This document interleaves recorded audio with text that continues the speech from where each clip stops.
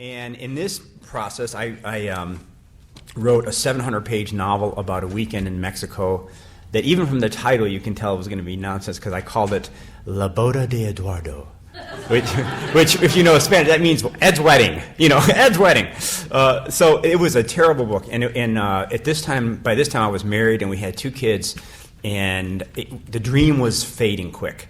I was working at a corporate job and I wasn't getting anything published, and I could see that pretty soon the demands of life were going to take over. So this was a desperate attempt. I was up late at night drinking coffee and writing this book.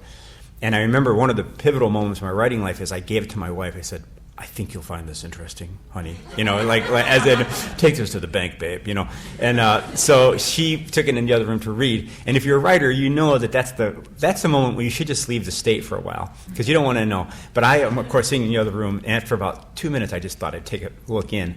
And my wife was literally like this at page 2 or 3. And it was a really unbearable book. And then in this period, right after that, which of course was, I joke about it now, but it was really depressing because I'd spent almost a year of my life really pushing myself to get this book done, and it was nothing. I never even sent it out. In this period, I was working a corporate job, and I had one of my roles was to be a tech writer. I was a tech writer, and I would take notes in conference calls, which was really symbolic. You didn't need it, and it was sort of an honorific, like, George, you can come off the photocopier now and go, be this. So I'm in there, and nothing is going on, and I'm just goofing around. And we had kids at that time who were in the Dr. Seuss age range, So I would just start writing these little poems, da da da da da da da da da da da, and really not even think about it, just trying to keep from killing myself. And they were funny. They were goofy. One I remember is about a guy who gets really poor and sells his skin. And it doesn't sound funny, but it was funny.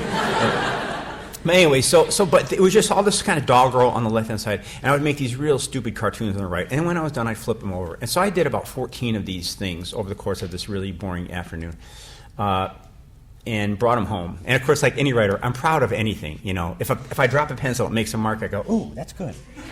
So I took this thing home, and I just kind of casually, accidentally, just dropped it on the table. And then I did actually forget about it and went to have the evening. But quickly I heard my wife laughing in the other room with pleasure, And up to that time, for years, she's a really good reader, and all she had to say about my work was either that, or she would sometimes say, "That's interesting."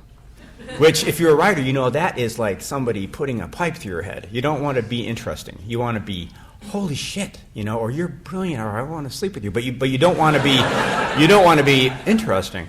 But this thing, she really laughed at it, with real pleasure, and that kind of threw a valve in my heart. And I thought, okay, all this time when I was impersonating Hemingway and trying to whatever, the one part I left out was humor.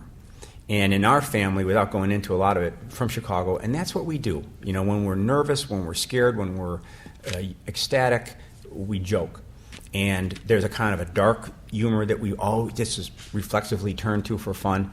And I realized that I had, partly out of a sort of I don't know what it was, a self-shame, I'd been editing that out. And we talked this morning in the Q&A, there was something when I was at Syracuse, I was around all these Ivy League people, and suddenly I felt like I don't really want to let that jokey guy in there because it seems like he's from the other side of the tracks, or he's something vaguely shameful about that. So I'd been editing that humor out, and finally, after that conference call thing, I just went to hell with it. I don't know what writing's supposed to do, but I am sick and tired of being the guy who's, who forces his wife's head into her hands when he makes her read something. Wonder if I, could try to be entertaining. So that really did throw open a switch, and the next day, I went back to work, and I wrote a story that is the first published, the story in Civil War, and the first thing that I wrote there.